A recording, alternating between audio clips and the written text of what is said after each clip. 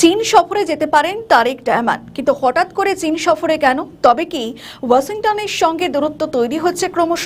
এই নিয়ে আমরা আপনাদের সামনে তুলে ধরবো। পাশাপাশি আমরা নজর রাখবো যে এই মুহূর্তে আমরা দেখতে পাচ্ছি যে আমেরিকার সঙ্গে যে চুক্তি করেছিলেন অন্তর্বর্তীকালীন সরকারের প্রধান উপদেষ্টা মোহাম্মদ ইউনূস বিশেষ করে, এবং দায়িত্ব সহকারে তিনি যে ওই চুক্তিগুলির মধ্যে যা যা রেখেছিলেন তাতে কিন্তু আমেরিকায় সবথেকে বেশি লাভবান হয়েছে, কিন্তু বাংলাদেশ কিছুই পাচ্ছে না। আসলে কি পরিস্থিতি, সেদিকেও নজর রাখবো। পাশাপাশি আমরা নজর রাখবো বাংলাদেশের আইন শৃঙ্খলা পরিস্থিতি এবং সেনাপ্রধান জেনারেল ওয়াকারুজ্জামান তিনি বলছেন যে এই নির্বাচন নাকি সর্বকালের সেরা নির্বাচন হয়েছে, অর্থাৎ আওয়ামী লীগ যে অংশগ্রহণ করতে পারেনি এতে খুশি হয়েছেন সেনাপ্রধান জেনারেল ওয়াকারুজ্জামান, সেদিকেও নজর রাখবো। পাশাপাশি নজর রাখবো ভারত বাংলাদেশের সম্পর্কের সমীকরণের দিকে এখন কি পরিস্থিতি। পাশাপাশি আমরা নজর রাখবো বিরোধী দল হিসাবে এনসিপি বা জামায়াতে ইসলামী তারা কি ভূমিকা পালন করছে, এবং পাশাপাশি তারেক রহমানের সরকারকে যে বিভিন্ন সংকটময় পরিস্থিতির জন্য কিভাবে প্রশ্ন করছে বা কিভাবে প্রতিবাদ করছে বাংলাদেশের সাধারণ মানুষের জন্য, সেদিকেও নজর রাখার চেষ্টা করব আমাদের বিশেষ প্রতিবেদন আকারে। বঙ্গের বিধানসভা ভোটে এবার পরিবর্তন দেখলো রাজ্যবাসী। খড়কুটোর মতো উড়ে গেল ঘাসফুল শিবির। গেরুয়া ঝড়ে ঝাড়খণ্ড মমতা তৃণমূল কংগ্রেস। তৃণমূলে প্রত্যাবর্তন তো হয়নি, উল্টে হয়েছে ভরাডুবি। টানা 3 বছরের পর মুখ্যমন্ত্রী থাকছেন না মমতা বন্দ্যোপাধ্যায়। তৃণমূল দুর্গে হানা দিয়ে এবার তাদের সাম্রাজ্য পুরোপুরি ধ্বংস করে দিয়েছে বিজেপি। সেই সঙ্গে জয় জয়কার শুভেন্দু অধিকারীর। মমতাই এমন মুখ্যমন্ত্রী যিনি পরপর দুবার হারলেন প্রতিপক্ষ শুভেন্দুর কাছে। 21-এর ভোটে নন্দীগ্রামে হেরে ছিলেন মমতা, যদিও সেবার ভোটের ফল নিয়ে আমাদের নতুন পেজ সাবস্ক্রাইব করুন আরো বাংলাদেশের খবর পেতে। বিতর্ক তৈরি হয়েছিল, কিন্তু এবার তো নিজের ঘর ভবানীপুর, সেখানেও ভরাডুবি হলো মমতা বন্দ্যোপাধ্যায়। শুভেন্দুর কাছে 15,000-এরও বেশি ভোটে হারলেন মমতা বন্দ্যোপাধ্যায়। তৃণমূলের কাছে এই শোচনীয় হার লজ্জার। রাজনীতির কারবারিরা বলছেন অধ্যত্ত, দুর্নীতি, মিথ্যাচার, শিল্পের খরা, তোলাবাজি, সিন্ডিকেটের একচাটিয়া চাষ, মাফিয়ারাজ তৃণমূলের হারের পিছনে এগুলোই বড় কারণ। যেখানে রাজ্যে গত 10 বছরে বড় শিল্পের দেখা নেই, সেখানে মুখ্যমন্ত্রী দীঘায় জগন্নাথ ধাম বানিয়েছেন, হিজাব পরে এক শ্রেণীর সম্প্রদায়ের পাশে দাঁড়িয়েছেন, দুর্গাপুজোয় বছর বছর বেড়েছে অনুদান। যেখানে বেকারত্বের গ্রাফ রাজ্যে বেড়েছে হু হু করে, সেখানে ভাতা দিয়ে মুখ বন্ধ করার চেষ্টা হয়েছে। রাজ্যবাসী এসব মুখ বুঝে সহ্য করলেও এর জবাব পড়েছে ভোট বাক্সে। তৃণমূল এবার 3 অঙ্কের আসনেও যেতে পারেননি। গ্রাম শহর থেকে শহরাঞ্চল অনেক জায়গায় তৃণমূলের কপালে জোটেনি একটাও আসন। উত্তরবঙ্গ থেকে ধুয়ে মুছে সাফ তৃণমূল। রাঢ়বঙ্গেও এবার আরো শক্ত জমি তৈরি করেছে বিজেপি। কলকাতাতেও তৃণমূলের একাধিক হেভিওয়েট এখন শুধুই প্রাক্তন তারকা বিধায়কদের, যাদের তৃণমূল এবার দাঁড় করিয়েছিল তারা গোহারা হেরেছেন। ব্যারাকপুরের পরাজিত তৃণমূল প্রার্থী রাজ চক্রবর্তীকে লক্ষ্য করে কাদা ছোড়া হয়েছে। তৃণমূলের খেলা হবে স্লোগান এখন চুপসে গিয়েছে। 25শে বৈশাখ রাজ্যে নতুন মন্ত্রিসভার শপথ, জোর চর্চা নতুন মুখ্যমন্ত্রী কে হবেন তা নিয়ে। অমিত শাহ আগেই ঘোষণা করেছিলেন যে যিনি মুখ্যমন্ত্রী হবেন তিনি বাঙালি। স্বাভাবিকভাবে মুখ্যমন্ত্রিত্বের দৌড়ে এগিয়ে রয়েছেন জয়ের নায়ক শুভেন্দু অধিকারী। আগামী দিনে তিনি যদি বাংলার পরবর্তী মুখ্যমন্ত্রী হন তাহলে অবাক হওয়ার কিছু নেই। অবশ্য এই দৌড়ে এগিয়ে রয়েছেন শ্রমিক ভট্টাচার্য, বাঙালি বিজেপি নেতা হিসেবে দীর্ঘদিনের অভিজ্ঞতা। বর্তমানে বিজেপির রাজ্য সভাপতি শ্রমিক, অসাধারণ বাগ্মীয়। মুখ্যমন্ত্রীর দৌড়ে রয়েছেন জয়ী বিজেপি প্রার্থী স্বপন দাশগুপ্ত। দাবি উঠেছে উত্তরবঙ্গের জন্য উপমুখ্যমন্ত্রী করা হোক কাউকে। কে মুখ্যমন্ত্রী হবেন তা নিয়ে অবশ্যই সিদ্ধান্ত নেবে বিজেপির কেন্দ্রীয় নেতৃত্ব। অমিত শাহকে এর দায়িত্ব দিয়েছে দলের হাইকমান্ড। বাংলার তৃণমূলের এই হারের কি প্রভাব পড়ল ওপার বাংলায়? সূত্রের খবর, বিজেপির এই জয় অত্যন্ত তাৎপর্যপূর্ণ বাংলাদেশে। প্রশ্ন, তিস্তা চুক্তির জট কি কাটবে এবার? বাংলাদেশের সঙ্গে কিভাবে দ্বিপাক্ষিক সম্পর্ক এগিয়ে নিয়ে যাবে পদ্ম সরকার, নাকি বাংলাদেশ প্রশাসনের সঙ্গে নতুন কোনো বিরোধ বাঁধবে বিজেপির? সীমান্ত অনুপ্রবেশ কি আরো মাথাচাড়া দেবে? উত্তর জানা যাবে আগামী দিনে। আমাদের নতুন পেজ সাবস্ক্রাইব করুন আরো বাংলাদেশের খবর পেতে। বাংলায় এবার পদ্মঝড়ে সাব তৃণমূল। কোচবিহার থেকে কাকদ্বীপ সব রং এখন গেরুয়া, কিন্তু কি কারণে তৃণমূল এবার কার্যত উড়ে গেল? এর অন্যতম বড় কারণ এসআইআর। তৃণমূল সরকার ভেবেছিল ভুতুরে ভোটার ঢুকিয়ে ভোট ব্যাংক অটুট রাখবে তারা। এছাড়া বুথ জ্যাম, ছাপ্পা, মারপিট, রিগিং এর মতো অস্ত্র তো তাদের ছিলই, কিন্তু এখানেই ধাক্কা খেয়েছে ঘাসফুল শিবির। নির্বাচন কমিশনের বজ্র আটুনিতে এবার ভোট হয়েছে নির্বিঘ্নে এবং শান্তিপূর্ণভাবে। এছাড়াও গোদের ওপর বিস্ফোরার মতো ছিল তৃণমূলের বিভিন্ন স্তরের নেতাদের বিরুদ্ধে তোলাবাজির রাশি রাশি অভিযোগ। সারদা এবং নারদ কেলেঙ্কারির ধাক্কা এড়িয়েও তৃণমূল 2016 সালের বিধানসভা ভোটে জিতেছিল, কিন্তু 2021 সালে তৃতীয় দফায় তৃণমূল সরকার ক্ষমতায় ফেরার পরেই সামনে আসে চাকরি দুর্নীতি। সারদা নারদার পর এই দুর্নীতির যেটুকু জনসমর্থন ছিল সেটাকেও গুড়িয়ে দিয়েছিল। কাটমানির অভিযোগে বিদ্ধ তৃণমূলের নেতারা মানুষ চোখের সামনে দেখছেন নেতাদের প্রাসাদের মতো বাড়ি, রাজ্যে বড় শিল্প নেই। এই পরিস্থিতিতে সরকারি চাকরিও চুরি হয়েছে, রাস্তায় বসেছেন চাকরি প্রার্থীরা। এইসব খবরই বিস্ফোরণ ঘটেছে ভোট বাক্সে। বেশিরভাগ মানুষই ঠিক করে রেখেছিলেন যেভাবেই হোক তৃণমূল সরকারকে উপড়ে ফেলতে হবে। তাহলে এখন বাংলার মানচিত্রে বিজেপির জায়গাটা কোথায় দাঁড়ালো? বাংলার ম্যাপের দিকে তাকালে স্পষ্ট বোঝা যাবে তিন দিকে এখন গেরুয়া বলয়। খুব স্বাভাবিক, সেই অবস্থায় জামায়াত ইসলামের মতো মুসলিম দলগুলি বিজেপির এই জয়ে স্বস্তিতে থাকতে পারছে না। সীমান্তে মাঝে মধ্যেই নাশকতামূলক কাজের অভিযোগ ওঠে এই জামায়াতের বিরুদ্ধে। এবার বিজেপি সরকার কিভাবে জামায়াতকে সীমান্তে লম্ফঝম্প করা আটকায় সেটাই দেখার। সেই সঙ্গে রাতে ওপারে চুপিসারে ভারতে এসে দিনের পর দিন বেআইনিভাবে থাকা অর্থাৎ অনুপ্রবেশকেও বোতলবন্দি করতে সচেষ্ট হবে কেন্দ্রীয় নেতৃত্ব। বিভিন্ন অপরাধমূলক কাজে দেখা গিয়েছে নাম জড়িয়েছে বাংলাদেশিদের, যাদের বেশিরভাগই অনুপ্রবেশকারী। ভুয়ো আধার, এপিড কার্ড বানিয়ে ঝোপড়িতে থেকে এরা এসব অপরাধ করে গিয়েছে।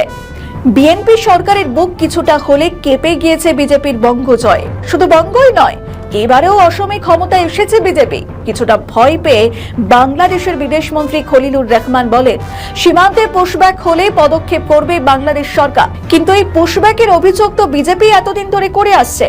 তাহলে কি মাছের তেলে মাছ ভাজতে চাইছে বিএনপি সরকার? না হলেই খলিলুর রহমানই কয়েকদিন আগে বাংলাদেশে ভিসা নিয়ে ভারতের ইতিবাচক পদক্ষেপের আশা করেছিলেন, আর সেদিক থেকে কিছুটা খুশিতে আওয়ামী লীগ। তাদের প্রতি সদয় হয়ে বিজেপি সরকার যদি হাসিনাকে প্রত্যর্পণ করে বা হাসিনা যদি আগের মতো সম্মান নিয়ে দেশে ফেরেন, তাহলে চাপে পড়বে বিএনপি। হাসিনাকে শাস্তি দিতে গিয়ে তারা হয়তো জনরোষের মুখে পড়বে। আওয়ামী লীগ যদি ফের রাজনীতির ময়দানে ফিরে আসে, তাহলে তো আর কথাই নেই। বিএনপি, এনসিপি, জামায়াতের পক্ষে তখন হাসিনাকে মোকাবিলা করা অসম্ভব হয়ে দাঁড়াবে। সব মিলিয়ে বিজেপির বঙ্গজয়ে বড় ভূমিকা রয়েছে বাংলাদেশের রাজনীতিতে।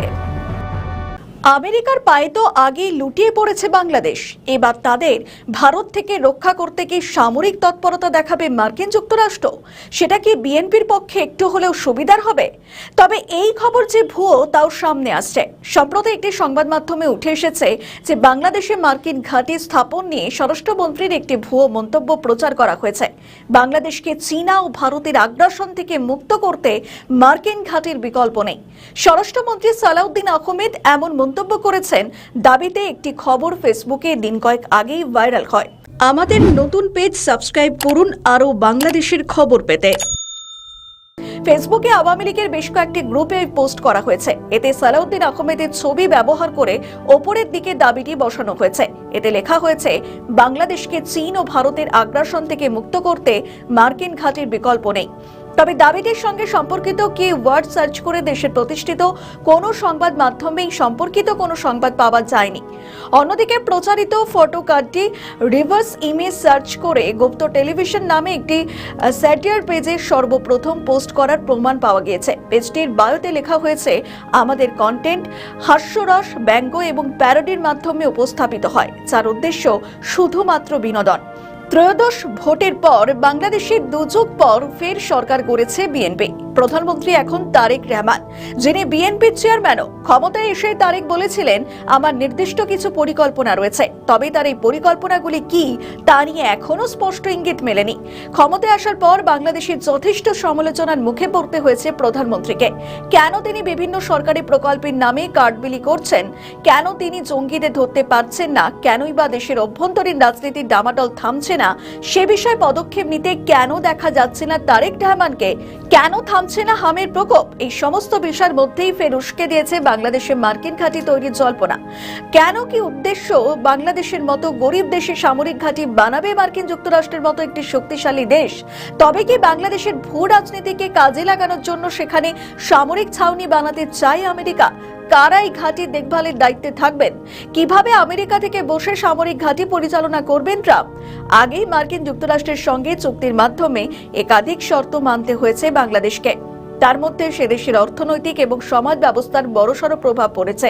ইরান বাংলাদেশের সঙ্গে বিরোধিতার পথে আগেই গিয়েছে। তার জেরে হরমুজ প্রণালীতে ঢুকতে পারেনি বাংলাদেশের জাহাজ বাংলার জয়যাত্রা। এবার কি ইরানের সঙ্গে প্রতিশোধের জন্যই আমেরিকার পায়ে পড়ছেন তারেক রহমান? আমেরিকা যদি সত্যিই বাংলাদেশে সামরিক ছাউনি তৈরি করে, তাহলে তা ফের মার্কিন যুক্তরাষ্ট্রের কাছে গোলামি বলেই প্রমাণিত হবে। তবে কি দেশের মাটিতে আমেরিকার চাকর হয়ে থাকতে হবে বাংলাদেশকে, আর বাংলাদেশের ওপর জোর খাটিয়ে যাবে ট্রাম্প সরকার?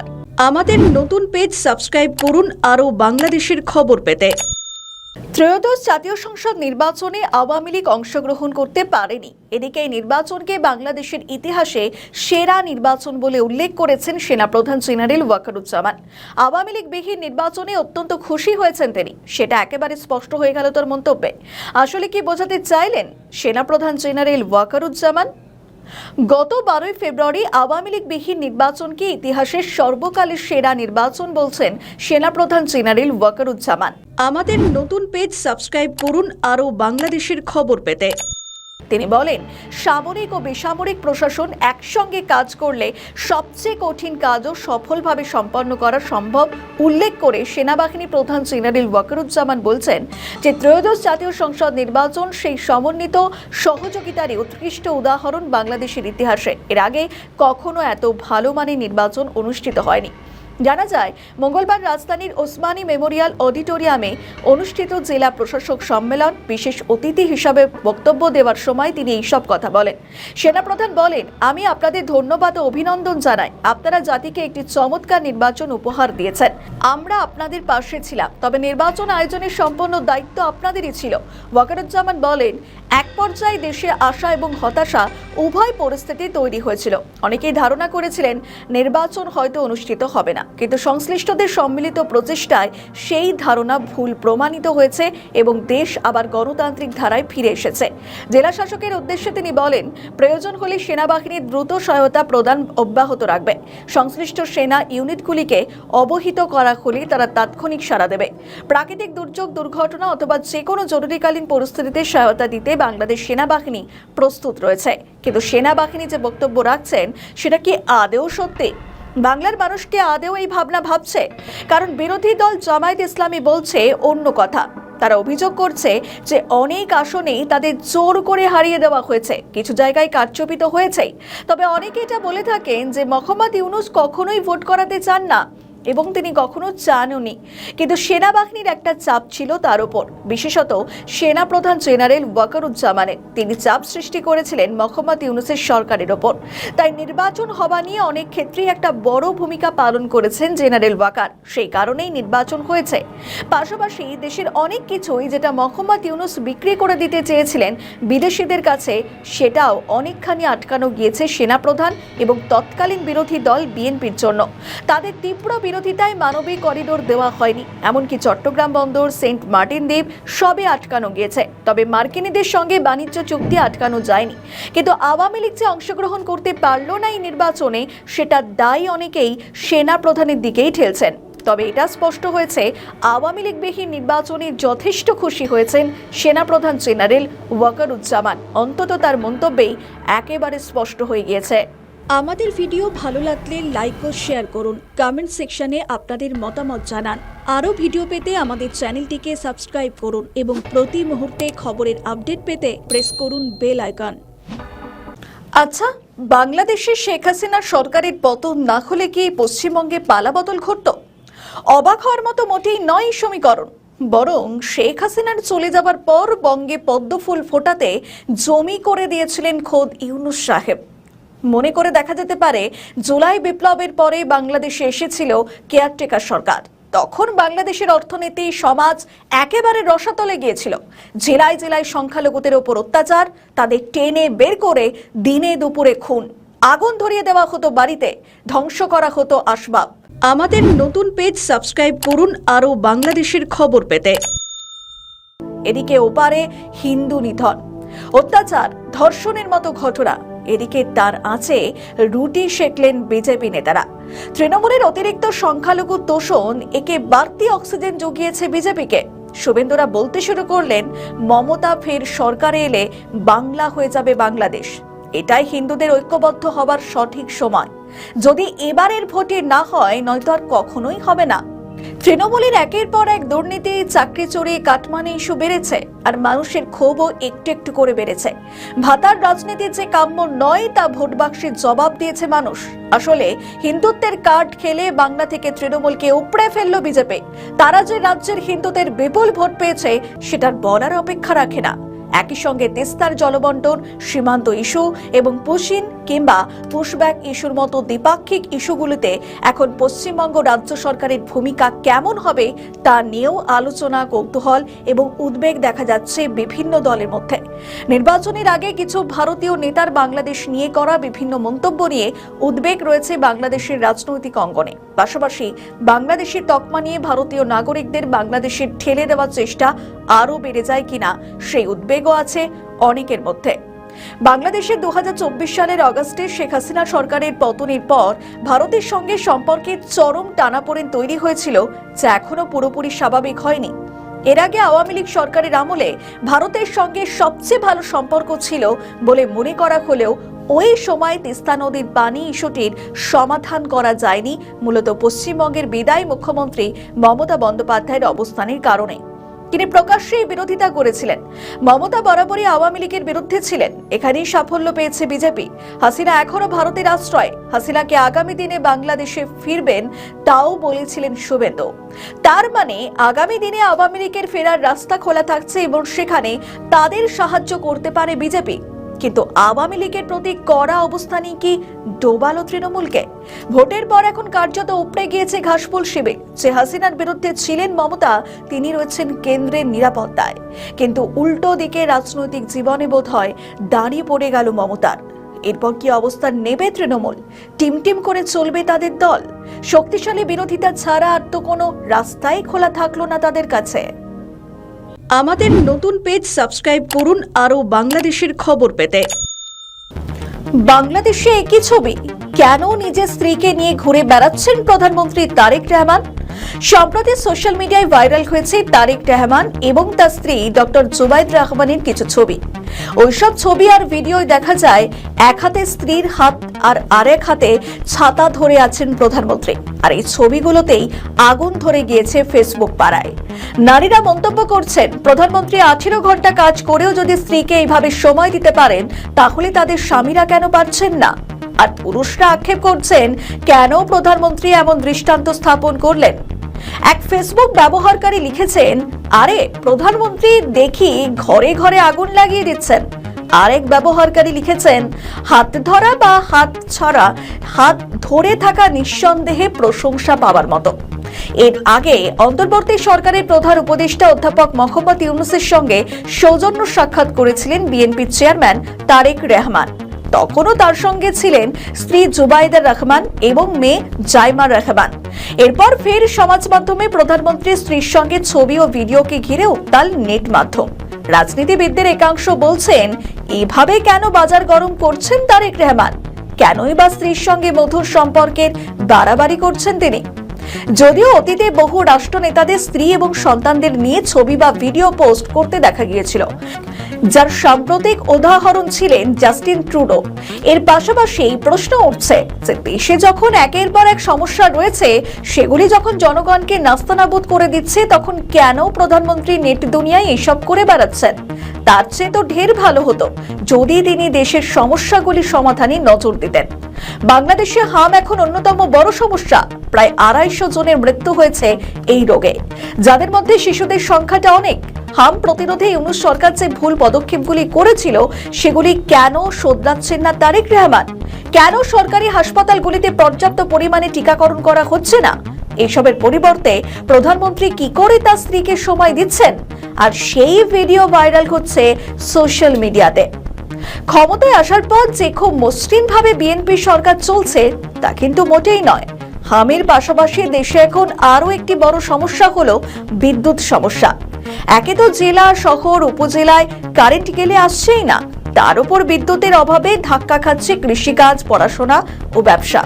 সূত্রে খবর, আদানির কাছে মোটা অঙ্কের বিদ্যুতের বিল বকেয়া রয়েছে বাংলাদেশের। আর এই বিল কবে মেটাবে বাংলাদেশ? নয়তো কি আগামী দিনে বিদ্যুতের ঘাটতি আরো বড় আকার নিতে পারে? এসবের সঙ্গে নতুন করে যোগ হয়েছে আরো এক শঙ্কা। পড়শি রাজ্য বাংলায় বিপুল জনাদেশে এবার সরকার গড়তে চলেছে বিজেপি।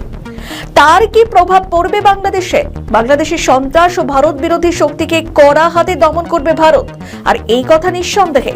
সেই সঙ্গে বিভিন্ন ইসলামী সংগঠনগুলির বারবারন্ত ঠেকাবে বিজেপি সরকার। তবে আপাতত বিতর্কের কেন্দ্রবিন্দুতে তারেক রহমানের ভিডিও।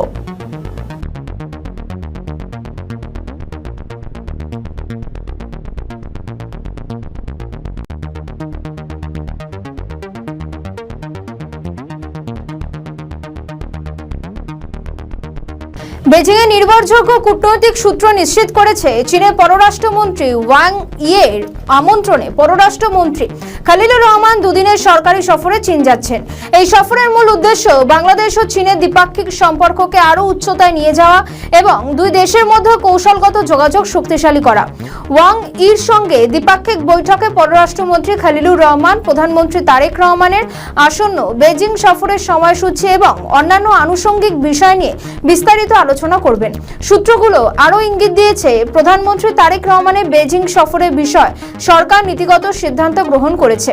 সবকিছু ঠিক থাকলে জুনের শেষ বা জুলাইয়ের শুরুতে তিনি চীন সফরে যেতে পারেন। অবশ্য ঢাকার পররাষ্ট্র মন্ত্রণালয়ের কর্মকর্তারা এই মুহূর্তে প্রধানমন্ত্রীর সফর পরিকল্পনা নিয়ে আনুষ্ঠানিকভাবে মুখ খুলতে নারাজ। সরকারের এক কূটনীতিক শুধুমাত্র পররাষ্ট্রমন্ত্রী বেজিং সফরের বিষয়টি নিশ্চিত করেছেন। তিনি বলেন, পররাষ্ট্রমন্ত্রী বেজিং যাচ্ছেন, এইটুকুই এখন বলা সম্ভব। এর বাইরে সফরের বিষয়ে বিস্তারিত তথ্য আমার জানা নেই। প্রধানমন্ত্রী তারেক রহমান তার প্রথম বিদেশ সফর কোন দেশ দিয়ে শুরু করবেন তা নিয়ে রীতিমতন জল্পনা চলছে। ভূ রাজনৈতিক প্রেক্ষাপট এবং এই অঞ্চলের প্রধান শক্তিগুলোর সঙ্গে একটি সতর্ক কূটনৈতিক ভারসাম্য বজায় রাখার কৌশল হিসেবে সরকার প্রধান প্রথমে সার্কভুক্ত কোনো দেশ সফর করতে পারেন বলে ইঙ্গিত পাওয়া যাচ্ছে। গুঞ্জন রয়েছে এক্ষেত্রে ভুটান হতে পারে তার প্রথম গন্তব্য।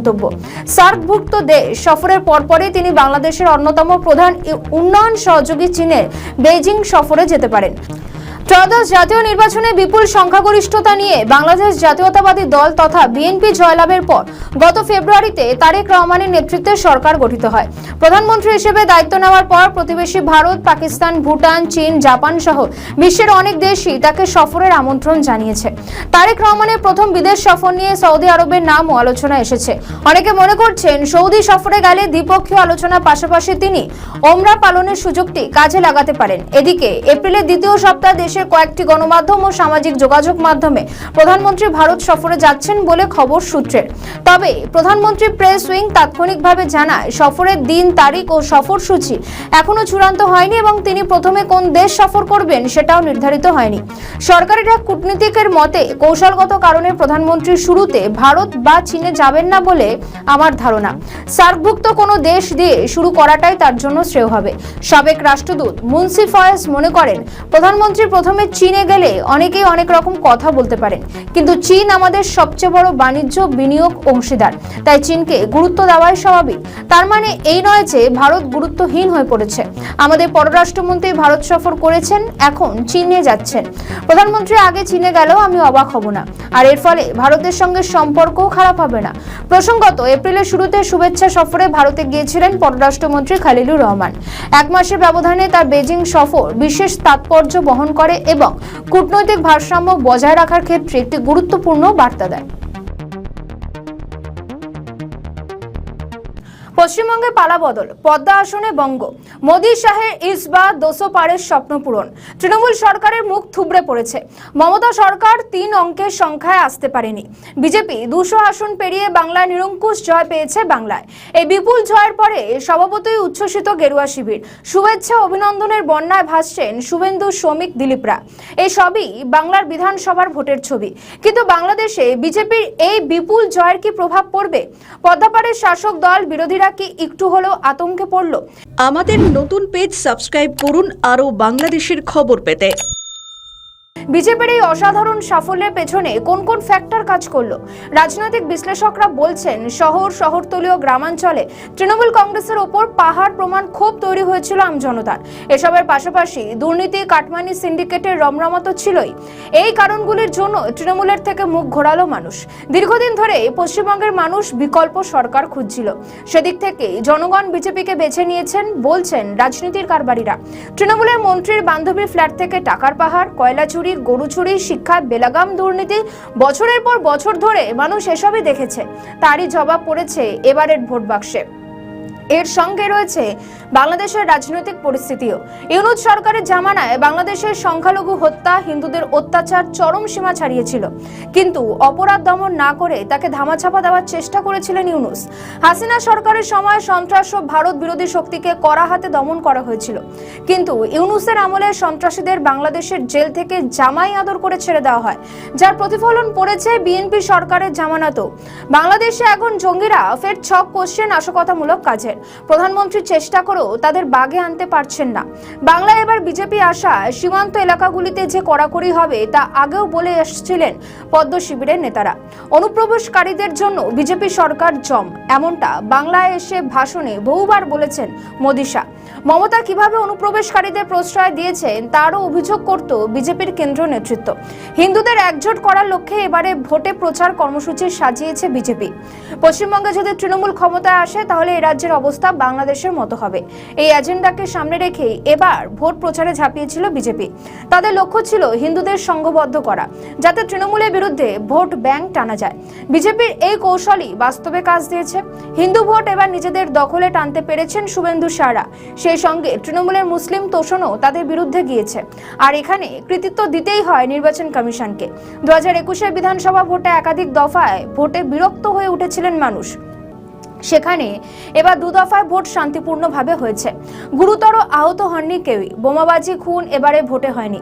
26 রক্তপাত ছাড়া বিপুল ভোটের হারই আভাস দিয়েছিল সরকার উল্টে যাওয়ার। 4 মে ইভিএম মেশিন খোলার পর থেকেই যে পূর্বাভাস মিলে গিয়েছে। সব মিলিয়ে পশ্চিমবঙ্গের ভোটের প্রভাব বাংলাদেশেও পড়েছে, এ নিয়ে কোনো দ্বিধা নেই। আমাদের নতুন পেজ সাবস্ক্রাইব করুন আরও বাংলাদেশের খবর পেতে।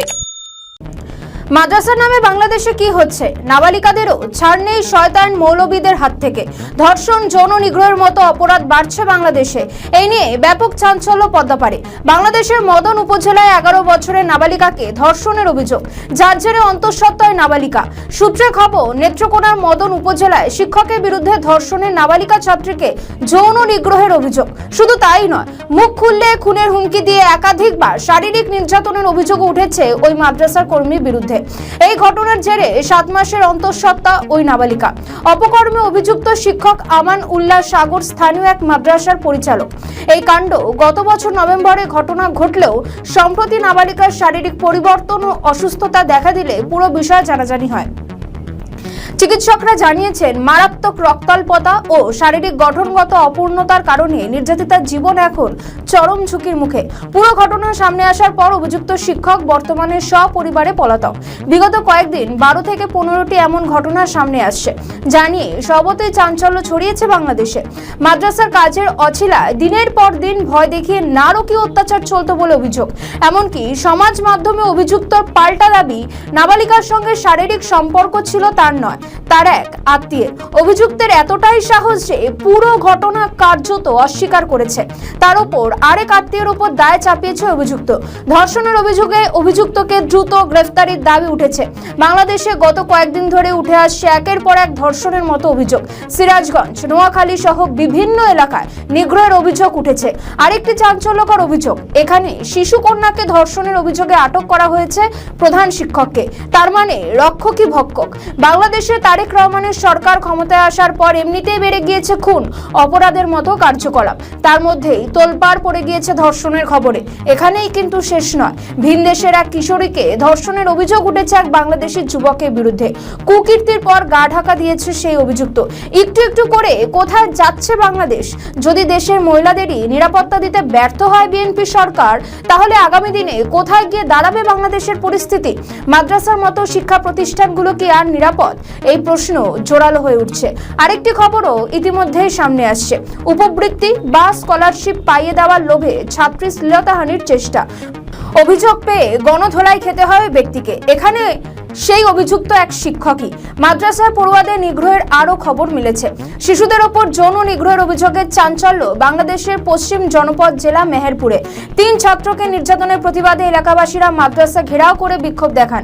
জামাতের সংসদ সদস্যের মালিকাধীন হওয়ায় দলটির কর্মীরা মাদ্রাসা রক্ষায় এগিয়ে এলে বিক্ষুব্ধ লোকজন আরও উত্তেজিত হয়ে ওঠে। মেহেরপুর জেলার মুজিবনগরের মাদ্রাসায় 3 ছাত্রীকে ধর্ষণের অভিযোগ ওঠার পর মাদ্রাসার পাশাপাশি থানা ঘেরাও ও বিক্ষোভ করেন অভিভাবক সঙ্গে এলাকাবাসীরাও। প্রশ্ন উঠছে, আইন শৃঙ্খলা কি আয়ত্তে রাখতে পারছে না প্রশাসন? কেন বাড়ছে ধর্ষণের মতো জঘন্য অপরাধগুলি? মৌলবীদের এই অত্যাচার থেকে কবে মুক্তি পাবে বাংলাদেশের নারীরা? বাংলাদেশে 18 মাসে মবতন্ত্র প্রতিষ্ঠা করে গিয়েছেন মোহাম্মদ ইউনূস। অনেকে বলছেন এর জন্য অনেক বিচারের মুখোমুখি করানো উচিত। এর মধ্যে বিএনপি সরকারের আইনমন্ত্রী মবকে সমর্থন করছেন। হঠাৎ করে তিনি কেন সমর্থন করতে গেলেন? আইনমন্ত্রী আসাদুজ্জামান একটি মন্তব্য করেছেন। তিনি বলেন, mob is a reaction of the people, বা মব হচ্ছে জনগণের প্রতিক্রিয়া বলে মন্তব্য করেছেন আইনমন্ত্রী মোহাম্মদ আসাদুজ্জামান। আন্তর্জাতিক অপরাধ ট্রাইব্যুনাল প্রাঙ্গণে কিছু মন্তব্য করেন তিনি। আইনমন্ত্রী হিসেবে দায়িত্ব গ্রহণের পর আজ প্রথমবারের মতো ট্রাইব্যুনাল প্রসিকিউশন দলের সঙ্গে বৈঠক করেন। আমাদের নতুন পেজ সাবস্ক্রাইব করুন আরও বাংলাদেশের খবর পেতে। বৈঠকের পর তিনি এই মন্তব্য করেন। একজন সাংবাদিক তাকে প্রশ্ন করেন, এই আন্তর্জাতিক অপরাধ ট্রাইব্যুনাল আইনের যে সংজ্ঞা, যেখানে হোয়াইট স্প্রেড পূর্ব পরিকল্পিত এই ধরনের যে কাজগুলো হয়, পরিকল্পিতভাবে যে হত্যাকাণ্ড হয়, সেগুলো মানবতা বিরোধী অপরাধ। 5ই আগস্ট পর্যন্ত আপনারা দায় মুক্তি দিয়েছেন। 5ই আগস্টের পরে যে মবগুলি হয়েছে সেগুলো এক ধরনের সিস্টেমেটিক ওয়েতে হয়েছে, হোয়াইট স্প্রেড হয়েছে। এগুলো কি ভবিষ্যতে তদন্ত করে ট্রাইব্যুনালে বিচার করা যাবে কিনা? এর জবাবে আইনমন্ত্রী বলেন, mob is not systematic or white spread, mob is a reaction of the people. সেটা যদি অর্ডিনারি ক্রাইমের মধ্যে পড়ে, সেটা অর্ডিনারি আইন অনুসারে দেখা হবে। আপনি যদি সে বিচার করতে যান, অনেক বিষয় চলে আসবে এর পিছনে। তাহলে যে কোনো স্বাধীনতার সংগ্রাম, যে কোনো গণ অভ্যুত্থান, যে কোনো বিপ্লবকে আপনার অসম্মান করা হবে। অর্থাৎ তিনি বলতে চাইলেন, যদি আপনি মবের বিচার করেন, তাহলে যে কোনো স্বাধীনতা সংগ্রাম কিংবা আন্দোলনকে অগ্রাহ্য করা হয়। অর্থাৎ এটা দাঁড়ায় যে 2024-এর বিপ্লবকে সম্মান জানাতে গেলে সবাইকে মব মেনে নিতে হবে। যদি মব নিয়ে কেউ প্রশ্ন তোলেন, তবে সেটা অসম্মান করা হবে। অন্তত আইনমন্ত্রী তো এটাই বললেন। আইনমন্ত্রীর এই বক্তব্য মিলে যায় চিফ প্রসিকিউটর তাজুল ইসলামের সঙ্গে। তিনি একবার বলেছিলেন, মবের বিরুদ্ধে যারা কথা বলে তারা আসলে জুলাই আন্দোলনের স্পিরিটের বিরুদ্ধে কথা বলে। এই বিষয়ে সবাইকে সাবধান হতে হবে। জুলাই আন্দোলনকে কোনোভাবে প্রশ্নবিদ্ধ করা যাবে না। এখন প্রশ্ন, আইনমন্ত্রী যে বক্তব্য রাখলেন সেটা কি আদৌ সরকারের বক্তব্য, আইনমন্ত্রীর ব্যক্তিগত বক্তব্য? যদি বিএনপি সরকারের বক্তব্য হয়, তাহলে স্বরাষ্ট্রমন্ত্রী যে বলেছেন মবকে কোনোভাবে প্রতিষ্ঠা করা হবে না, তাহলে আইনমন্ত্রী কেন এই কথা বলবেন? তবে কি তিনি উস্কানি দিলেন না? এই প্রশ্নগুলোই উঠছে। এখন দেখার বিষয় এর পরিপ্রেক্ষিতে সরকারের পক্ষ থেকে কোনো প্রতিক্রিয়া আসে কিনা।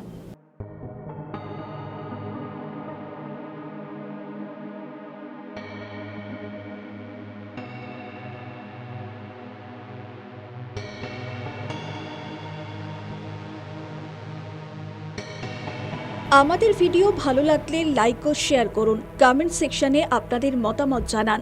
আরও ভিডিও পেতে আমাদের চ্যানেলটিকে সাবস্ক্রাইব করুন এবং প্রতি মুহূর্তে খবরের আপডেট পেতে প্রেস করুন বেল আইকন। বাংলাদেশের অন্তর্বর্তীকালীন সরকার আমেরিকার সঙ্গে সখ্যতা করতে গিয়ে নিজেদের অনেকটাই বিপদ বাড়িয়েছিল তারা। সেটা পরবর্তীকালে আরো ভয়ঙ্করভাবে রূপ ধারণ করতে পারে। এমনকি কয়েকটি বাণিজ্য চুক্তিতে সই করেছিল বাংলাদেশ, এমনকি কয়েকটি বোয়িং চুক্তিতে সই করেছিল অন্তর্বর্তীকালীন সরকার। যুদ্ধ বিমানের প্রয়োজন না থাকলেও তারা কিনতে বাধ্য আমেরিকার কাছে। এদিকে ক্রমশ তলানিতে গিয়ে ঠেকছে বাংলাদেশের অর্থনীতি। নির্বাচনের 3 দিন আগে গোপনে আমেরিকার সঙ্গে চুক্তি নিয়ে নানা রকম আলোচনা চলেছে। এমনকি কেউ কেউ মোহাম্মদ ইউনূসের থেকেও খলিলুর রহমানকে দায়ী করছেন এই সমস্ত ঘটনার জন্য। আমাদের নতুন পেজ সাবস্ক্রাইব করুন আরও বাংলাদেশের খবর পেতে। তিনি আমেরিকার সঙ্গে এমন সখ্যতা বাড়াতে চেয়েছিলেন যেখানে বাংলাদেশকে প্রায় বিক্রি করতে চেয়েছিলেন বলে অভিযোগ। আমেরিকাকে তুষ্ট করতে গিয়ে মধ্যপ্রাচ্যের ফ্রন্টে ভুল সিদ্ধান্ত নিয়েছিল তারা।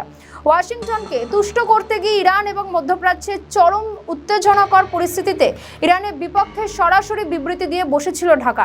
তাদের এই অপরিপক্ক সিদ্ধান্তের জেরে কি হতে পারে তাই নিয়ে নানা রকম আলোচনা চলছে। পরে সেটা হাতে নাতে বোঝাও যায়। হরমুজ প্রণালীতে বাংলাদেশের জাহাজ আটকে দেওয়া হয়েছিল। অনেকে বলছেন আমেরিকার কিছু স্বার্থ পূরণ হলেও বেশ কয়েকটি স্বার্থ পূরণ করতে পারেনি বাংলাদেশ, যে কারণে এবার বাংলাদেশের প্রতি প্রতারণা করছে আমেরিকা। এদিকে খবর, তারেক রহমান চীন সফরে যেতে পারেন। তবে কি আমেরিকার সঙ্গে দূরত্ব বাড়িয়ে চীন ও ইরানের পথে বাংলাদেশ? অনেকে বলছেন আমেরিকার সঙ্গে চুক্তির সক্ষতা এবং মধ্যপ্রাচ্যের যুদ্ধ পরিস্থিতির মধ্যে অপরিপক্ক সিদ্ধান্ত অনেকাংশে তাদের বিপদে ফেলে। প্রধানমন্ত্রী তারেক রহমান আগামী জুন মাসে ভারত সফরে যেতে পারেন তিনি। আর এই খবর জানিয়েছেন পররাষ্ট্রমন্ত্রী খলিলুর রহমান। পররাষ্ট্রমন্ত্রী বলেন, যেমন চীন ও ভারতের প্রতি প্রধানমন্ত্রীর প্রতিশ্রুতি রয়েছে, প্রধানমন্ত্রীর সুবিধাজনক সময় ওই দুই দেশের প্রধানমন্ত্রীর সুবিধাজনক সময়ের সঙ্গে মিলিয়ে সফরসূচি সাজানোর কাজ চলছে। একই সঙ্গে তিনি জানিয়ে দেন, পশ্চিমবঙ্গের রাজনৈতিক পরিবর্তনের প্রেক্ষাপটে যদি পুশিন ঘটে তবে বাংলাদেশও তার উপযুক্ত জবাব দেবে। নিজের সফর প্রসঙ্গে পররাষ্ট্রমন্ত্রী বলেন, চীনের পররাষ্ট্রমন্ত্রী আমন্ত্রণের সফরে দুদেশের সম্পর্ক আরও জোরদার করার বিষয়ে আলোচনা হবে। পাশাপাশি তিস্তা মহাপরিকল্পনা নিয়েও গুরুত্বপূর্ণ কথা হবে, যা প্রধানমন্ত্রীর একটি অঙ্গীকার। এখন প্রশ্ন, মোহাম্মদ ইউনূসের নেতৃত্বে অন্তর্বর্তীকালীন সরকার যেভাবে আমেরিকার সঙ্গে সখ্যতা বাড়াতে গিয়ে চীনের সঙ্গে দূরত্ব তৈরি করেছে, তাতে কি এবার চীন তাদের প্রত্যাশা পূরণ করবে? আদৌ তারেক রহমানের সরকার সম্পর্ক ঠিক করতে সক্ষম হবে? কারণ ভারতের সঙ্গে তিক্ত সম্পর্ক থাকলে সেটা ঠিক করা হয়ে গিয়েছে, কারণ ভারতের স্বার্থও রয়েছে। কিন্তু কতটা চীন এই সম্পর্ককে স্বাভাবিক পর্যায়ে নিয়ে যেতে পারে, আদৌ পারে কিনা, সেটাই এখন বড় প্রশ্ন।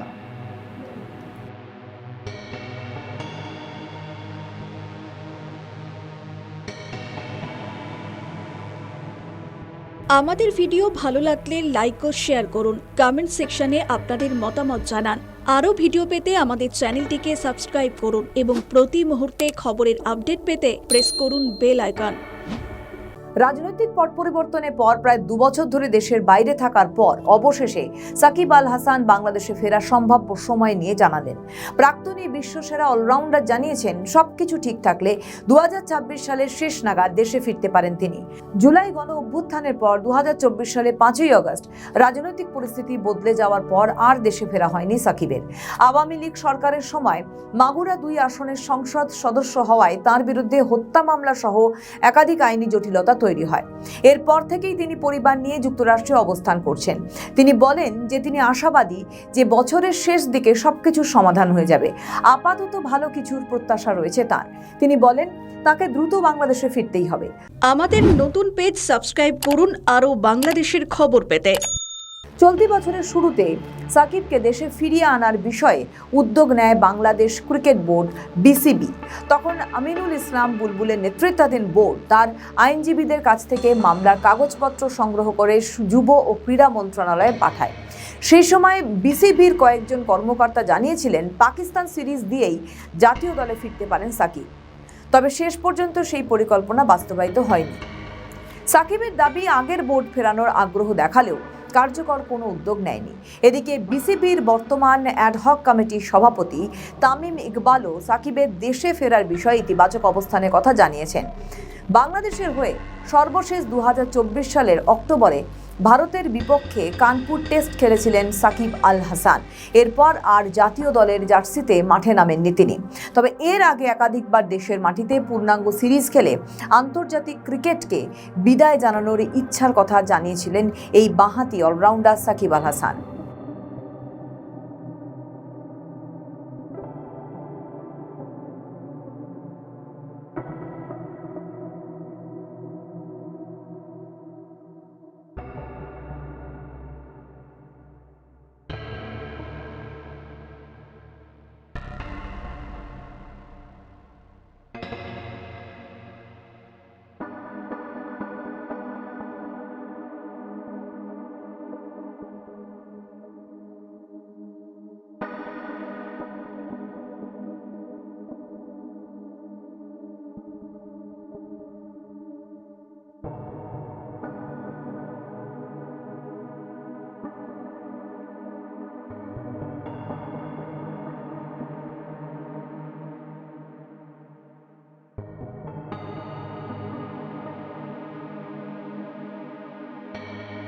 আমাদের ভিডিও ভালো লাগলে লাইক ও শেয়ার করুন, কমেন্ট সেকশনে আপনাদের মতামত জানান। আরও ভিডিও পেতে আমাদের চ্যানেলটিকে সাবস্ক্রাইব করুন এবং প্রতি মুহূর্তে খবরের আপডেট পেতে প্রেস করুন বেল আইকন। ওপার বাংলা এখন খবরের ঘনঘটা। দেশকে কিভাবে উন্নত করা যায় তারই প্রস্তুতি চলছে। জনগণ বিএনপিকে এনে উন্নত দেশের স্বপ্ন দেখছে। তারেক রহমান জনগণের কথা ভেবে বিভিন্ন কার্ড থেকে শুরু করে বিভিন্ন প্রকল্প চালু করেছে। উন্নতি প্রকল্প সবকিছুর মাঝে একটা বড় ফ্যাক্টর কূটনৈতিক সম্পর্ক। এসবের মাঝেই 3 দিনের সরকারি সফরে চীনে গিয়েছেন পররাষ্ট্রমন্ত্রী ডক্টর খলিলুর রহমান। চীন সরকারের আমন্ত্রণে বেজিংয়ের উদ্দেশ্যে ঢাকা ছাড়েন তিনি। পররাষ্ট্রমন্ত্রী হিসেবে এটি খলিলুরের প্রথম চীন সফর। পররাষ্ট্র মন্ত্রণালয় এক বিবৃতিতে জানিয়েছে, সফরকালে ডক্টর খলিলুর রহমান চীনের পররাষ্ট্রমন্ত্রী ওয়াং ইয়ের সঙ্গে দ্বিপক্ষীয় বৈঠক করবেন। আমাদের নতুন পেজ সাবস্ক্রাইব করুন আরও বাংলাদেশের খবর পেতে। বৈঠকে দ্বিপক্ষীয় সম্পর্কের সামগ্রিক ক্ষেত্র, পারস্পরিক স্বার্থ সংশ্লিষ্ট বিভিন্ন বিষয় এবং আঞ্চলিক ও বৈশ্বিক গুরুত্বপূর্ণ ইস্যু, বিশেষ করে মধ্যপ্রাচ্যের পরিবর্তিত পরিস্থিতি নিয়ে আলোচনা হওয়ার কথা রয়েছে। আলোচনায় দুই দেশের উন্নয়ন নীতি ও কৌশলগত অগ্রাধিকারগুলোর সম্ভাব্য সমন্বয়ের পাশাপাশি বাণিজ্য, বিনিয়োগ, যোগাযোগ, অবকাঠামো এবং দুই দেশের জনগণের মধ্যে বিনিময় বাড়ানোর বিষয়ে নজর দেওয়া হবে। চীন সরকারের তরফ থেকে জানানো হয়েছে, তারা বাংলাদেশের সঙ্গে নতুন সম্পর্ক করতে আগ্রহী। 3 দিনের সফরে যান খলিলুর রহমান। এই সফরে গুরুত্বপূর্ণ বিষয়গুলির মধ্যে অন্যতম তিস্তা নদীর ব্যবস্থাপনা ও পুনরুদ্ধার প্রকল্প। প্রায় 8,000 কোটি টাকার এই মহাপরিকল্পনায় চীনের আর্থিক ও কারিগরি সহায়তার সম্ভাবনা রয়েছে। এছাড়া পূর্বাঞ্চলে চীনের সহযোগিতায় আন্তর্জাতিক মানের হাসপাতাল নির্মাণ, মোংলা বন্দরের উন্নয়ন এবং বাংলাদেশের চীনা শিল্প কারখানা স্থানান্তরের বিষয়গুলো আলোচনায় আসতে পারে। কূটনৈতিক মহল মনে করছে, এসব প্রকল্প বাস্তবায়িত হলে দুই দেশের অর্থনৈতিক সম্পর্ক নতুন এক মাত্রা পাবে। একদিকে খলিলুরের চীন সফর, অন্যদিকে বাংলাদেশ যুক্তরাষ্ট্র দ্বিপাক্ষিক সম্পর্ক জোরদারে ঢাকায় আসছেন মার্কিন বাণিজ্য বিষয়ক দূত ব্রেন্ডান লিঞ্চ। মার্কিন দূতাবাসের তরফ থেকে বলা হয়েছে, যুক্তরাষ্ট্রের assistant trade representative for South and Central Asia Brendan লিঞ্চের নেতৃত্বে একটি প্রতিনিধি দল বাণিজ্য বিনিয়োগ সম্পর্ক জোরদার করার বিষয় আলোচনা করতে 5 থেকে 7 মে ঢাকা সফরে রয়েছেন তারা। মার্কিন দূতাবাস জানায়, যুক্তরাষ্ট্র বাংলাদেশ পারস্পরিক বাণিজ্য চুক্তি বাস্তবায়নে অংশীদারিত্বের প্রত্যাশা করে যুক্তরাষ্ট্র। এই চুক্তি উভয় দেশের বাজারে প্রবেশ সহজ করবে, বিনিয়োগের বাধা দূর করবে এবং বাণিজ্যিক সুযোগ বাড়িয়ে অর্থনৈতিক প্রবৃদ্ধি জোরদার করবে। বিজ্ঞপ্তিতে ঢাকা যুক্তরাষ্ট্র দূতাবাসের মুখপাত্র পূর্ণিমা রায় বলেন, যুক্তরাষ্ট্রে বাংলাদেশ পারস্পরিক বাণিজ্য চুক্তি বাস্তবায়নে অংশীদারি প্রত্যাশা করে যুক্তরাষ্ট্র। এই চুক্তির ফলে উভয় দেশের পণ্যের বাজারে প্রবেশাধিকার সহজ হবে, সেই সঙ্গে বিনিয়োগের বাধা দূর করে বাণিজ্যিক সুযোগ বৃদ্ধি করবে এবং অর্থনৈতিকভাবে গতি আসবে। বাংলাদেশ ও যুক্তরাষ্ট্রের সঙ্গে পারস্পরিক বাণিজ্য চুক্তি সই হয় গত 9 ফেব্রুয়ারি, জাতীয় সংসদ নির্বাচনের ঠিক 3 দিন আগে। এই চুক্তির আওতায় বাংলাদেশকে 131টি শর্ত এবং যুক্তরাষ্ট্রকে মাত্র 6টি শর্ত মানতে হবে। এই চুক্তি নিয়ে দেশে নানা ধরনের সমালোচনা হচ্ছে। বিভিন্ন রাজনৈতিক দল ও সংগঠন এই চুক্তি বাতিলের দাবি করেছে। একদিকে চীনে খলিলুর রহমান, অন্যদিকে ঢাকায় মার্কিন বাণিজ্যিক দল। এখন দেখার কি হয় আগামী দিনের পরিস্থিতি। আমাদের ভিডিও ভালো লাগলে লাইক ও শেয়ার করুন, কমেন্ট সেকশনে আপনাদের মতামত জানান। আরও ভিডিও পেতে আমাদের চ্যানেলটিকে সাবস্ক্রাইব করুন এবং প্রতি মুহূর্তে খবরের আপডেট পেতে প্রেস করুন বেল আইকন। একজন মুমূর্ষু রোগীর বিরুদ্ধে এবার গ্রেপ্তারি পরোয়ানা জারি করল আদালত। এমনকি তার স্মৃতিশক্তি লোপ পেয়েছে বলেও জানিয়েছেন আইনজীবী। তারপরও রেহাই মিলল না। এদিকে তো তোফায়েল আহমেদকে বলা হয় জীবন্ত ডায়েরি। বাংলাদেশের রাজনীতির দিন, তারিখ, সময়, জায়গা, কারা কারা জড়িত বা কি ঘটেছিল সবটাই তিনি বলে দিতে পারতেন। আর সেই মানুষটির বিরুদ্ধে এবার গ্রেপ্তারির নির্দেশ। এই ঘটনা সামনে আসতেই অনেকে বলছেন অমানবিক বাংলাদেশ, যেটা অব্যাহত রয়েছে। শুধু তাই নয়, মোহাম্মদ ইউনূসের আমলে এই ধরনের ঘটনা অহরহ লক্ষ্য করা গিয়েছে। এবার বিএনপির আমলেও সেই একই পরিস্থিতি, যদিও এটি আদালতের নির্দেশ। কিন্তু কি অভিযোগ রয়েছে তার বিরুদ্ধে? আমাদের নতুন পেজ সাবস্ক্রাইব করুন আরও বাংলাদেশের খবর পেতে। অবৈধভাবে 1,15,00,000 টাকা অর্থ আত্মসাতের অভিযোগে 2 যুগ আগের মামলায় 69-এর গণ অভ্যুত্থান আর 71-এর মুক্তিযুদ্ধের অগ্রসৈনিক আওয়ামী লীগের একসময় প্রভাবশালী নেতা এবং সাবেক মন্ত্রী তোফায়েল আহমেদ সহ 2 জনের গ্রেপ্তারি পরোয়ানা জারি করেছে আদালত। জানা যায়, আসামি পলাতক থাকায় গত 19 এপ্রিল ঢাকার বিভাগীয় স্পেশাল জজ বেগম শামীমা আফরোজে পরোয়ানা জারি করেন। আর এই মামলার বাকি দুই আসামির মধ্যে মোহাম্মদ আনোয়ারুল ইসলামের বিরুদ্ধে পরোয়ানা জারি হলেও জামিনে থাকা মোশাররফ হোসেন আদালতে হাজিরা দেন। এর মধ্যে তোফায়েল আহমেদের অসুস্থতার কথা জানিয়ে আদালতের কাছে তার আইনজীবী খায়রউদ্দিন শিকদার আবেদনও করেন। শুনানিতে তিনি বলেন, তোফায়েল আহমেদ বহুদিন ধরেই অসুস্থ হয়ে রয়েছেন। শুধু তাই নয়, রাজধানী স্কয়ার হাসপাতালে চিকিৎসাধীনও রয়েছেন তিনি, আর এই কারণে তিনি আদালতে হাজিরাও দিতে পারেননি। এখন তিনি কাউকে চিনতে পারেন না, তার স্মৃতিশক্তি লোপ পেয়েছে, আদালতে উপস্থিত হয়ে মামলার কার্যক্রমে অংশ নিতে পারবেন না। পাশাপাশি তার আইনজীবী তোফায়েল আহমেদের মানসিক অবস্থা পরীক্ষার আবেদনও জানান আদালতের কাছে, তবে আদালত আবেদন নামঞ্জুর করে দেয়। মামলার অভিযোগে বলা হয়েছে, তোফায়েল আহমেদ ক্ষমতার অপব্যবহার করে অবৈধভাবে অর্জিত 1,25,00,000 টাকা গোপন করার উদ্দেশ্যে সহযোগীদের মাধ্যমে যেখানে অর্থ স্থানান্তর এবং উত্তোলন করেন। ম্যাডোনা অ্যাডভার্টাইজিং লিমিটেডের প্রধান হিসাবরক্ষক মোহাম্মদ আনোয়ারুল ইসলাম এবং মোশাররফ হোসেনের সঙ্গে এবার চোখসাজোর সোনালী ব্যাংকের মতিঝিল কর্পোরেট শাখা থেকে বিভিন্ন সময়ে মোট 1,25,00,000 টাকা স্থানান্তর করা হয়। তবে দেখা গিয়েছিল, আওয়ামী লীগ সরকার ক্ষমতায় আসার পরে উচ্চ আদালতের নির্দেশে মামলার কার্যক্রম স্থগিত ছিল অনেকদিন। ফের বিএনপির আমলেই মামলা নিয়ে নির্দেশ আদালতের। তবে অনেকে বলছেন, একজন অসুস্থ মানুষকে এইভাবে নির্দেশ অমানবিকতার পরিচয়। কেউ কেউ বলছেন, মোহাম্মদ ইউনূসের জমানার নিদর্শনই এবার লক্ষ্য করা যাচ্ছে, যদিও এটি আদালতের নির্দেশ। কিন্তু এর আগেও দেখা গিয়েছে আদালতের বিভিন্ন রায়ের বিরুদ্ধে হস্তক্ষেপ করতে ইউনূস সরকারে। এবারও কি সেটাই হচ্ছে? উঠছে প্রশ্ন। আমাদের ভিডিও ভালো লাগলে লাইক ও শেয়ার করুন, কমেন্ট সেকশনে আপনাদের মতামত জানান। আরও ভিডিও পেতে আমাদের চ্যানেলটিকে সাবস্ক্রাইব করুন এবং প্রতি মুহূর্তে খবরের আপডেট পেতে প্রেস করুন বেল আইকন। বাংলাদেশের কার্ড খেলে এবার বাংলা জয় করলো বিজেপি। আগেই এসেছিল অঙ্গ কলিঙ্গ, এবার হলো বঙ্গ। স্বভাবতই এই ত্রিমুখী জয় এবার নিজেদের আরো শক্ত করে ফেললো পদ্ম। বাংলা জয় এবার কাজ করেছে বিজেপির এসআইআর কার্ড। পশ্চিমবঙ্গ বিধানসভা নির্বাচনে এবারে সবচাইতে বড় ইস্যু ছিল এসআইআর। বিজেপির তুরুপের তাসও ছিল এই নিবিড় ভোটার সংশোধনী তালিকা। এটা আসলে ভোটার তালিকা সংশোধনের পোশাকি নাম। বিজেপির চ্যালেঞ্জ ছিল পশ্চিমবঙ্গের সংখ্যালঘু ভোটারকে কোনোভাবে নির্বাচনী প্রক্রিয়ার বাইরে রাখা, যাতে তৃণমূল ভোটের মাঠে লাভবান না হয়। এসআইআর এর আগে পশ্চিমবঙ্গে মোট ভোটার ছিল প্রায় 7.6 থেকে 7.7 কোটি।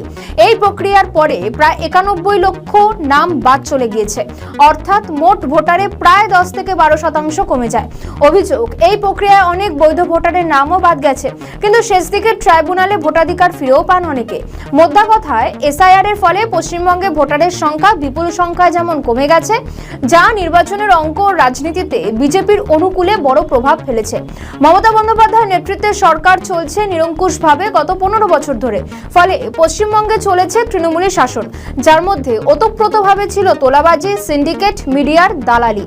রাজ্যের প্রশাসনের সকল স্তরে, বিশেষ করে পুলিশ ও অসামরিক প্রশাসনে তৃণমূলের প্রভাব দারুণভাবে সক্রিয় ছিল। নরেন্দ্র মোদী সরকার নির্বাচন কমিশনকে দিয়ে এবার সেই জায়গায় আঘাত হানে। নির্বাচনের আগে পশ্চিমবঙ্গের একাধিক আমলা পুলিশ কর্মকর্তাকে পদ থেকে সরিয়ে নতুনদের নিয়োগ করে ভারতের নির্বাচন কমিশন। সরানোদের আর কোনো নির্বাচনী কাজে রাখা হয়নি। এই পদক্ষেপকে ঘিরে কমিশনের অতিরিক্ত সক্রিয়তা নিয়ে প্রশ্ন উঠলেও কার্যত নির্বাচনী ব্যবস্থায় তৃণমূলের পক্ষে কাজ করার সকল সুযোগকে বাধা দেয় এই পদক্ষেপ।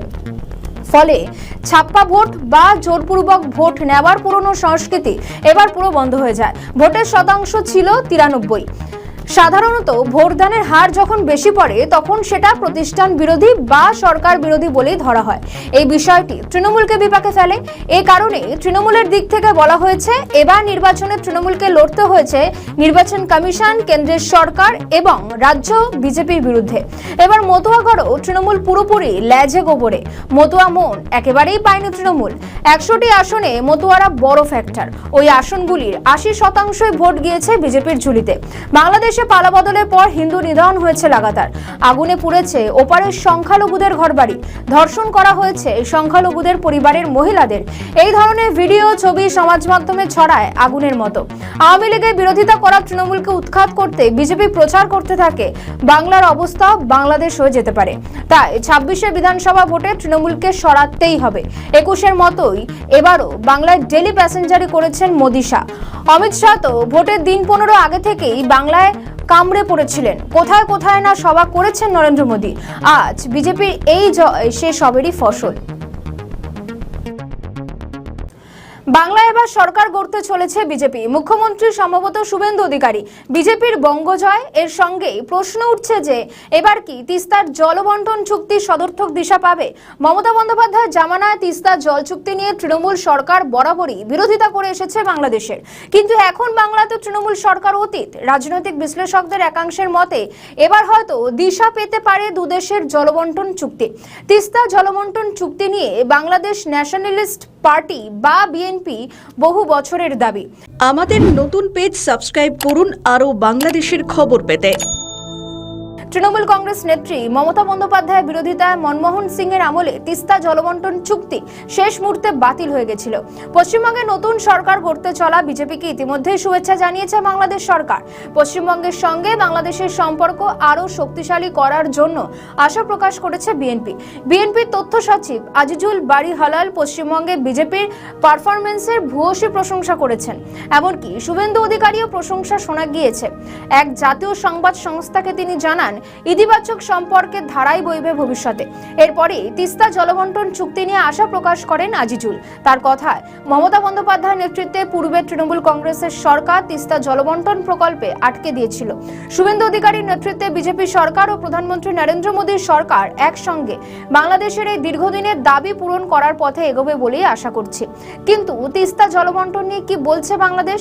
আজিজুলের মতে, শুভেন্দু অধিকারীর নেতৃত্বে পশ্চিমবঙ্গের সঙ্গে বাংলাদেশের সম্পর্ক আরো সুদৃঢ় হতে পারে, কারণ পশ্চিমবঙ্গের সঙ্গে বাংলাদেশ সবচেয়ে বেশি সীমান্ত ভাগ করে। বলেন, আসলে মমতা বন্দ্যোপাধ্যায় তিস্তা ব্যারেজ তৈরিতে সবচেয়ে বড় প্রতিবন্ধকতা ছিলেন। এখন আমার মতে শুভেন্দু অধিকারীর নেতৃত্বে বিজেপি ক্ষমতায় আসার পর পরিস্থিতি বদলাতে পারে। ভারত ও বাংলাদেশের কাছে অত্যন্ত গুরুত্বপূর্ণ এই তিস্তা চুক্তি এখন নতুন করে গতি পেতে পারে। তৃণমূল কংগ্রেসের বদলে বিজেপির সরকার আসায় এই বহুদিনের ঝুলে থাকা প্রকল্প বাস্তবায়নের সম্ভাবনা অনেকটাই বেড়েছে। নতুন সরকারের অধীনে তিস্তা ব্যারেজ প্রকল্প শেষ পর্যন্ত বাস্তব রূপ পেতে পারে। বিএনপির তথ্য সচিবের বক্তব্য, তিস্তা জলবন্টন চুক্তি নরেন্দ্র মোদী সরকার ও বাংলাদেশ সরকার দুপক্ষই সমর্থন করে। এবার শুভেন্দু অধিকারীর নেতৃত্বে নতুন সরকার সেই প্রকল্প বাস্তবায়নের দিকে এগিয়ে নিয়ে যেতে সব রকমের সহযোগিতা করতে পারেন। 2011 সালে তৎকালীন প্রধানমন্ত্রী মনমোহন সিং এর ঢাকা সফরের সময় তিস্তা জলবন্টন নিয়ে একটি খসড়া চুক্তি চূড়ান্ত হয়েছিল। প্রস্তাব ছিল তিস্তার জলের 37.5% পাবে বাংলাদেশ এবং 42.5% থাকবে ভারতের হাতে। কিন্তু মমতা বন্দ্যোপাধ্যায়ের আপত্তিতে শেষ মুহূর্তে সেই চুক্তি থমকে যায়। তার যুক্তি ছিল, তিস্তার জল বাংলাদেশে বেশি চলে গেলে উত্তরবঙ্গের চাষিরা সেচের জলের সমস্যায় পড়বেন। এরপর মোদী সরকারের আমলেও একই টানাপোড়েন অব্যাহত ছিল। নতুন সমীকরণের আশা 2026 সালে গঙ্গা জলবন্টন চুক্তির মেয়াদ শেষ হতে চলেছে। এই পরিস্থিতিতে তিস্তার জলের ন্যায্য অংশ পেতে মরিয়া ঢাকা। বিএনপি নেতাদের মতে, আদর্শগত পার্থক্য থাকলেও উন্নয়ন ও দ্বিপাক্ষিক স্বার্থে বিজেপির সঙ্গে কাজ করতে তারা আগ্রহী। তাদের আশা, পশ্চিমবঙ্গ ও বাংলাদেশের মধ্যে যে দীর্ঘ সীমান্ত এবং অভিন্ন নদীপথ রয়েছে তার সঠিক ব্যবস্থাপনা এখন অনেক সহজ হবে। ভারত ও বাংলাদেশের মধ্যে 54টি অভিন্ন নদী থাকলেও বর্তমানে শুধুমাত্র গঙ্গা ও কুশিয়ারার নিয়ে চুক্তি রয়েছে। উত্তরবঙ্গের লাইফলাইন তিস্তা নিয়ে চুক্তি সম্পন্ন হওয়া উভয় দেশে কৃষিকার্য ও পরিবেশের জন্য অত্যন্ত জরুরি। এখন দেখার, পশ্চিমবঙ্গে ক্ষমতার এই হাত বদল কয়েক দশকের এই অমীমাংসিত সমস্যার সমাধান করতে পারে কিনা। আমাদের নতুন পেজ সাবস্ক্রাইব করুন আরও বাংলাদেশের খবর পেতে।